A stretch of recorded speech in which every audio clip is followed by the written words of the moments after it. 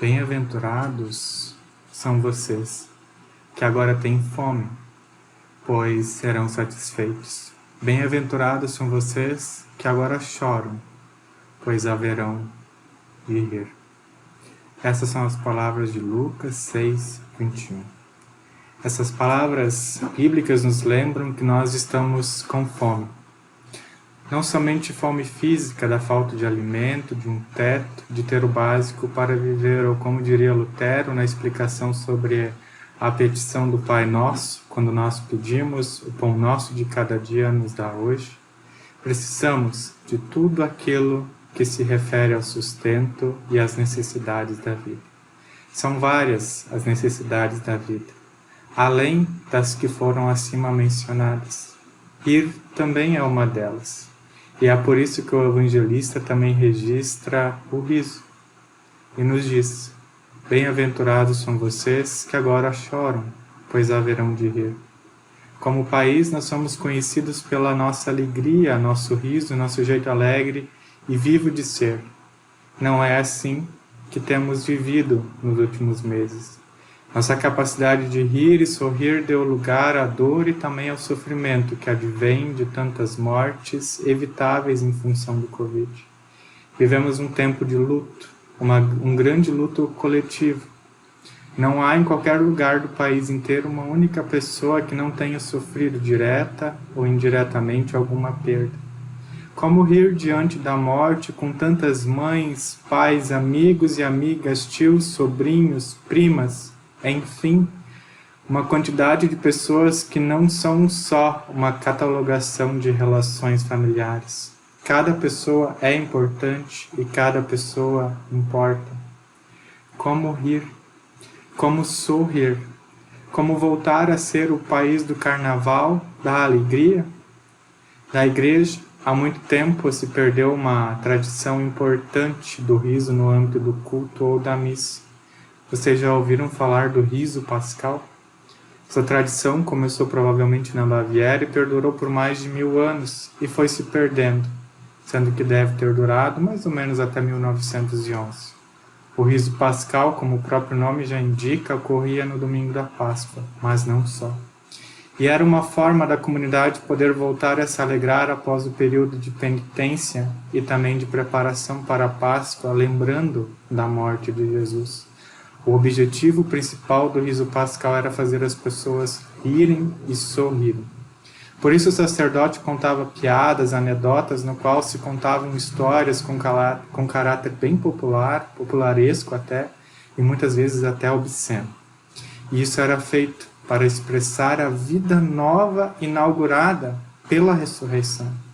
E assim rir de tudo aquilo que se coloca contra a vontade de Deus, contra a vontade da vida e também da ação divina. E assim na Bíblia nós podemos encontrar o riso também sob diversas formas. Basta olharmos no Antigo Testamento. O riso lá aparece em momentos de remissão, onde acontece o perdão e também o ato de perdoar. Assim é com o riso de Abraão e também de Sara, que riram ao receber a notícia do cumprimento da promessa de um filho na velhice, conforme Gênesis 17. O sorriso do Senhor também é sinal de bênção, como nos lembra Números 6, onde também um coração alegre é remédio para todas as doenças, como nos lembra Provérbios 17.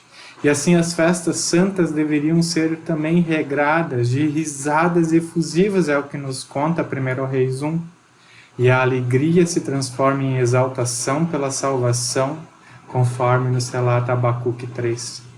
Porque a risada do Senhor é a vossa força, nos diz Neemias 8. E assim também no Novo Testamento, a orientação é: alegrai-vos sempre no Senhor. Outra vez vos digo, alegrai-vos no Senhor, conforme Filipenses 4. Pois assim é que o sinal da bênção aparece para aquelas pessoas que testemunham que os discípulos estavam cheios do Espírito Santo e também de alegria, conforme Atos 3. Mas como rir diante de tantas injustiças, tanta morte, tanta violência, tanto sofrimento? O riso pode ser algo libertador. porque o humor nos faz refletir sobre aquilo que realmente é importante. Não rimos das coisas que não são importantes para nós. Rimos daquilo que nos é importante e que também requer de nós uma conversão, uma mudança de perspectiva, uma mudança na forma como nós olhamos para as coisas. E nós não rimos somente por rir. Nós rimos porque o humor, quando feito com responsabilidade, também nos faz refletir sobre a nossa situação e de como ela é cômica diante da tragédia que vivemos. Cômica porque ela pode ser diferente. Se tivéssemos também assim feito outras escolhas ou tomado uma outra ação. E assim é o riso justamente que zomba daquilo que poderíamos e que nós ainda podemos fazer de forma diferente.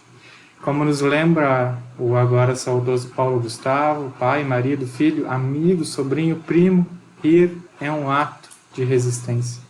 Que diante de tantas barbaridades e sofrimentos possamos nos sentir bem-aventurados. Ou traduzindo essa palavra de uma outra forma, que nós possamos nos sentir salvos por Deus quando nos faltar um motivo para o riso. E que ao mesmo tempo sejamos tão bem-aventurados para poder sorrir e rir, após enxugarmos dos nossos olhos todas as lágrimas, como nos afirma Apocalipse 21. E como ainda nos lembra Provérbios, mesmo no riso o coração pode sofrer, e a alegria pode terminar em tristeza.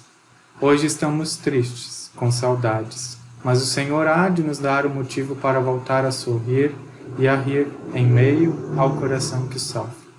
Que a bênção do nosso bondoso Deus, que é Pai, Filho e Espírito Santo, e que nos dá a alegria de viver e também nos impulsiona, esteja com todos vocês. Amém.